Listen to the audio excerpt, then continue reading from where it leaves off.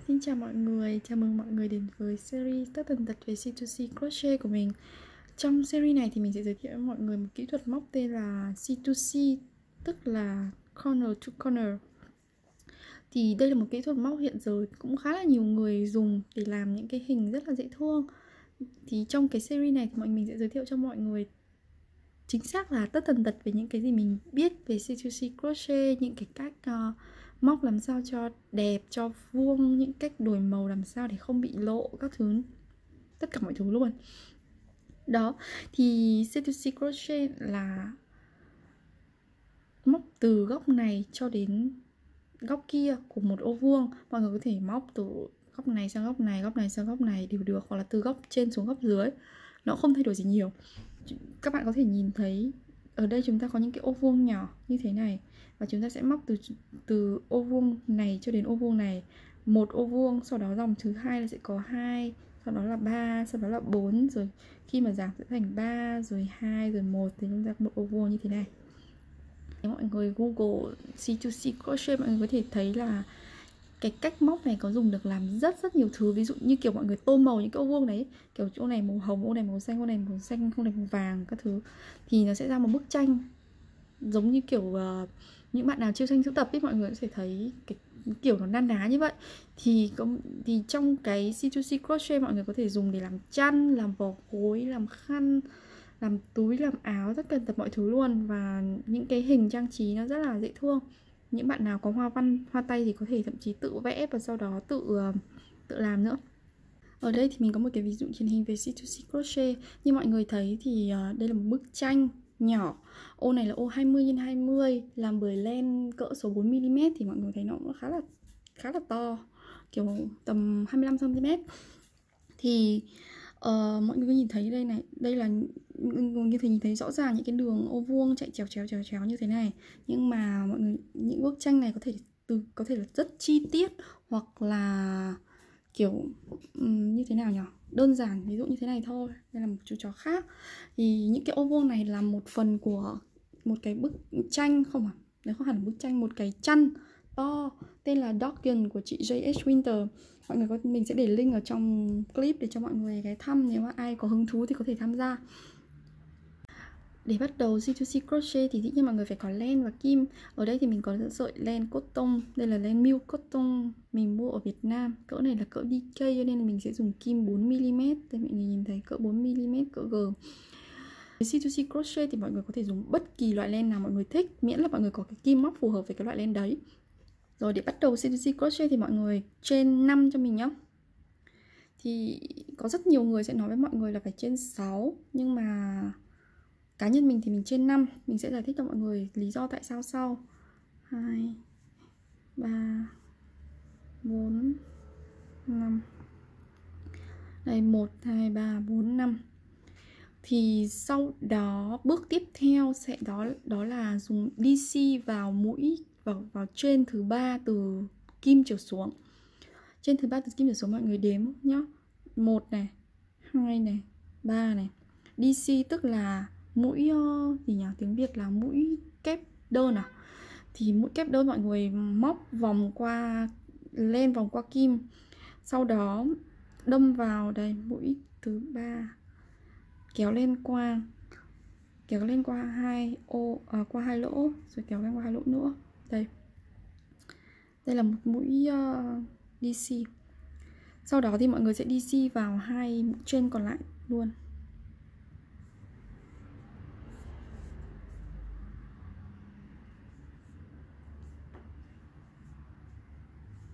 Thế là ở đây mình sẽ có 3 mũi kép, 3 mũi kép đơn. Thì mọi người thấy đây, coi như là chúng ta đã có một ô vuông rồi đấy. Nếu mà không tính cái phần trên này thì chúng ta có thể nhìn thấy đây là gần như là một ô vuông.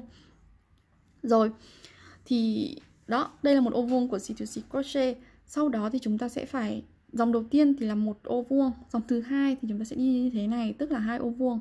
Sau đó nó sẽ tăng dần, mỗi dòng sẽ tăng một ô vuông. Để tăng ô vuông thì mọi người sẽ bắt đầu, mua dòng thứ hai mọi người sẽ bắt đầu bằng lại trên 5 tiếp nhá. Cứ mỗi dòng khi mà đang ở trong chế độ tăng thì cứ mỗi dòng mọi người sẽ trên 5. Sau đó làm y hệt như vừa nãy, DC vào trong trên thứ 3 từ kim móc đổ xuống.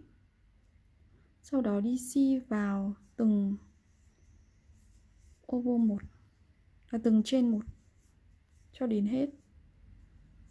Tức là cũng chỉ có 3 thôi. Đấy, mọi người sẽ thấy nó sẽ như thế này. Bây giờ nó như thế này thì bây giờ chúng ta muốn ghép nó vào cái ô vuông này thì chúng ta phải xoay. Đây, chúng ta cầm cái ô vuông này mình lật ngược lên như thế này là được. Đó, các bạn nhìn thấy không? Thì bây giờ hai ô vuông nó thành một hàng. Thì bây giờ ấy, vừa nãy chúng ta ở mặt này thì mặt này sẽ là mặt trái của cái bức tranh của các bạn. Sau đó chúng ta sẽ slip stitch vào phần cái trên của cái trên 2 còn thừa của cái ô vuông đầu tiên. Đây mọi người, mình làm lại nhá. Mình nhìn thấy đây, cái trên ô vuông đầu tiên thì có trên 2 này, hai cái trên chúng ta bỏ qua. Sau đó 3 DC. Thì bây giờ chúng ta lật ngược lên thì cái phần trên 2 nó sẽ ở trên này. Thì mọi người sẽ slip stitch, tức là mũi nhảy mũi gì đó, mình sẽ để ở trên subtitle là sau đó mọi người sẽ trên 2 tiếp nhá. Slip stitch xong rồi trên 2. Đó, mọi người thấy chưa? Đó thì mọi người sẽ DC vào cái lỗ to đùng này nhá, cái lỗ này này. Đó.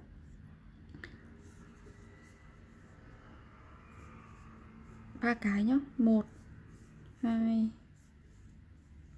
3. Đó. Thế là mọi người đã xong hàng thứ 2. Bây giờ thật ra thì hàng chẵn sẽ là mặt trái, còn hàng lẻ sẽ là mặt phải. Đó. Chúng ta sẽ tiếp tục tăng thêm một lần nữa cho mọi người nhìn cho kỹ nhá. Đây, bắt đầu trên bắt đầu một dòng bao giờ cũng sẽ trên 5 này, 1 2 3 4 5. Lại vào DC tiếp vào mũi thứ 3 từ trên xuống. Thứ 2 3. Ok. Rồi, sau đó mình lại lật lên rồi tiếp tục móc như thế cho đến hết. Này, slip stitch vào trong cái trên. Nói chung là cái mọi người không cần biết đấy là trên hay là DC, mọi người chỉ cần slip stitch vào cái hàng cái hàng đầu tiên này thôi. Đó, cái lỗ to đùng này. Rồi trên 2, sau đó DC vào.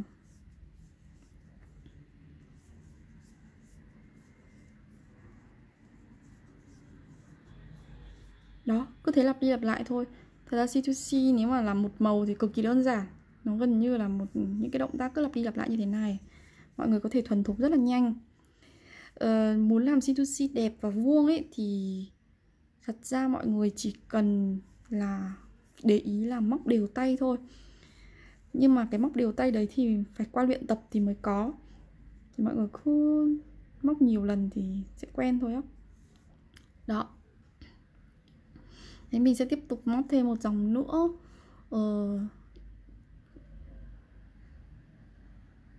Cho nó to hơn một chút.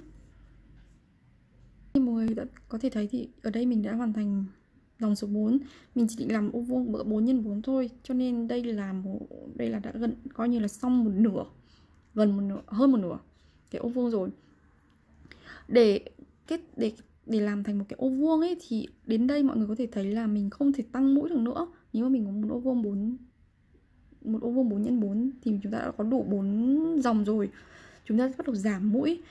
Không phải là giảm mũi, mà là giảm số ô vuông của mỗi dòng. Dòng thứ 5 chúng ta sẽ chỉ có 3 ô thôi, 1 2 3 để lấp vào 3 khoảng trống này.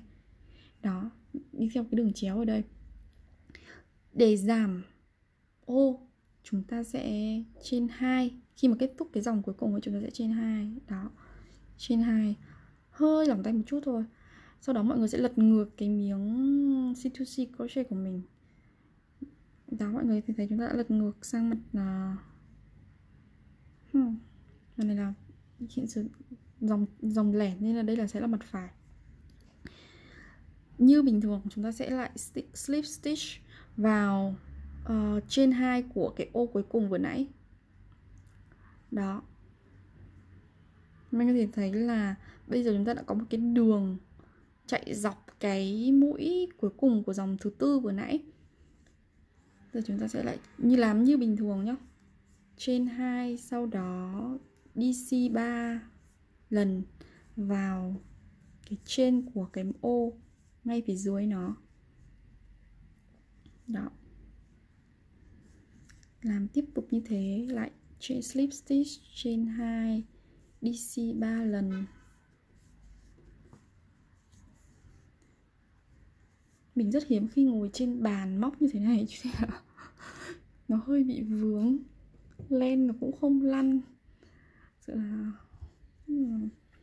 khó.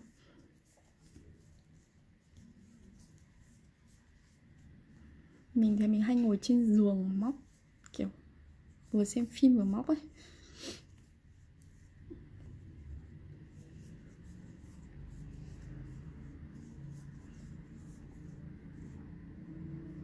Tốt.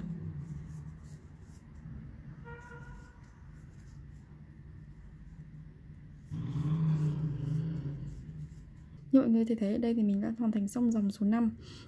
Dòng số 5 thì chỉ có 3 ô thôi. Mọi người có thể thấy là chúng ta sẽ không móc cho lên trên đỉnh của cái ô này. Cái ô này là ô đầu tiên của dòng số 4. Khi mà chúng ta lật như thế này thì nó là ô đầu tiên của dòng số 4. Thì mọi người sẽ không móc đến đây, bởi vì như thế thì lại tăng mũi tiếp. Nên chúng ta sẽ lại slip stitch vào trong cái ô này nhá. Chỉ slip stitch thôi chứ không móc vào. Sau đó thì lại chain 2. Đó. Chain 2.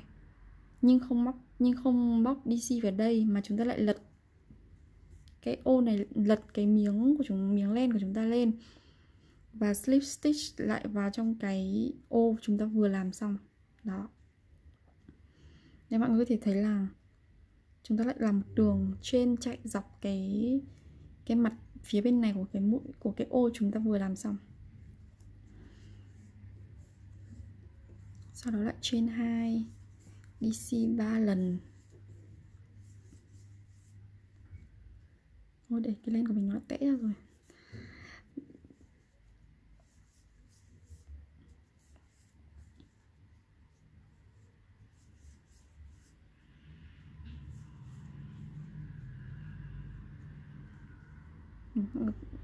Mọi người thì thấy là cái len này nó rất là dễ tẽ.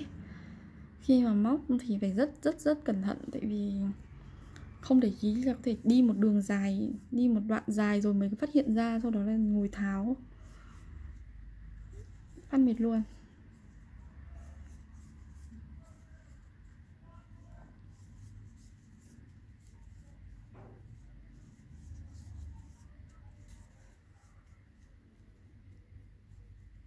Đó.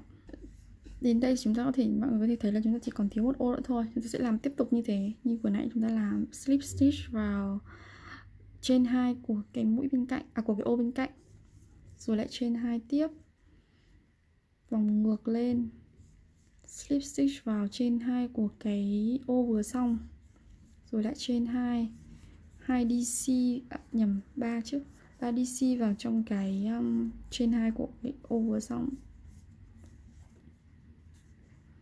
Rồi, thế xong rồi. Đến bây giờ ở đây thì mọi người để nối ô này vào đây, mọi người sẽ lại slip stitch vào cái ô bên cạnh của nó. Nhìn thì có vẻ xong rồi, nhưng mà thường thì mình để kết thúc thì mình hay chain 2 thêm một lần nữa để cho nó cái ô nó vuông hơn một chút ấy. Mình sẽ chain 2 thêm một lần nữa, rồi lật ngược, rồi slip stitch vào chain 2 của cái ô vừa xong. Đó, như vậy thì nhìn cái hình vuông nó sẽ đều hơn. Đó, đây là mọi người đã có một hình vuông C2C crochet rồi.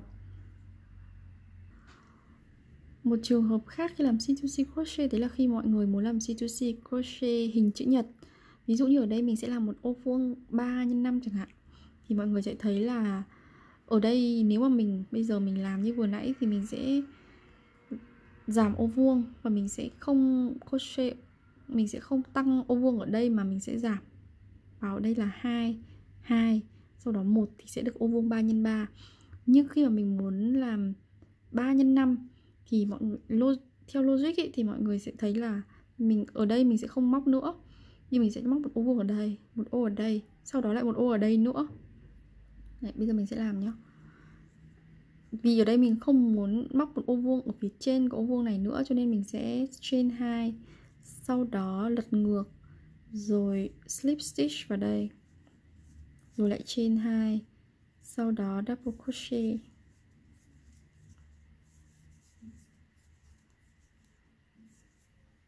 Mọi người cứ làm thế này cho đến khi gặp cái ô vuông cuối cùng nhé. Như mọi người thấy thì mình đã lên được đến ô vuông cuối cùng. Ở đây mình đã có một cạnh 3, một cạnh 4. Thì cái cạnh này ấy, mình vẫn muốn nó thêm một ô nữa, cho nên mình sẽ tăng ô. Tăng ô bằng cách nào? Tăng ô đấy chính là trên 5. Sau đó lại double crochet vào, DC vào mũi trên thứ 3 từ trên xuống. Sau đó DC cho đến hết.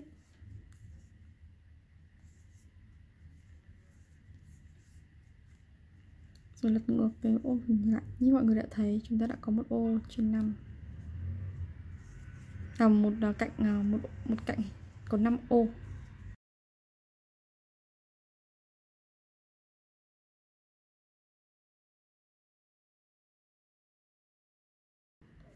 Mọi người thấy là đến hết dòng thì là hết dòng là ở đây nhá, không phải ở trên này, bởi vì để chúng ta có thể giữ một cái form hình chữ nhật thì nó sẽ hết dòng ở đây.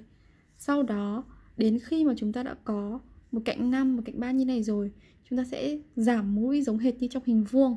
Đó là giảm ở đây, sau đó lại slip stitch, rồi móc một ô ở đây, một ô ở đây, sau đó một ô ở đây. Thế là xong hình chữ nhật. Nói với mọi người thì có rất nhiều clip về C2C crochet, mọi người họ dạy mọi người là phải bắt đầu với trên 6.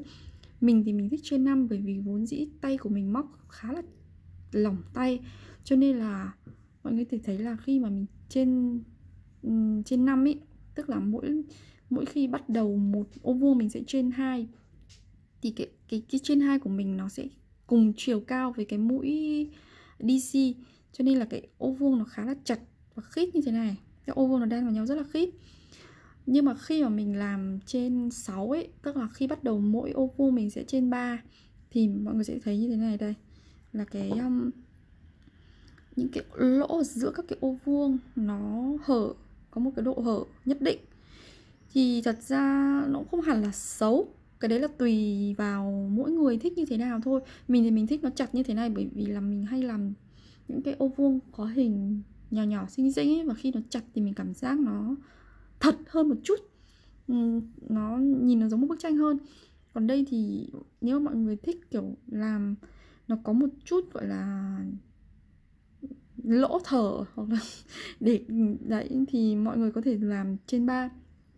Có nhiều người thậm chí sẽ còn có nhiều người thì bắt buộc phải trên 3, bởi vì họ móc chặt tay. Khi mà nếu mà bạn là một người móc chặt tay ấy, thì mình khuyên mọi người nên bắt đầu một dòng bằng trên 6 và bắt đầu một ô vuông bằng trên 3.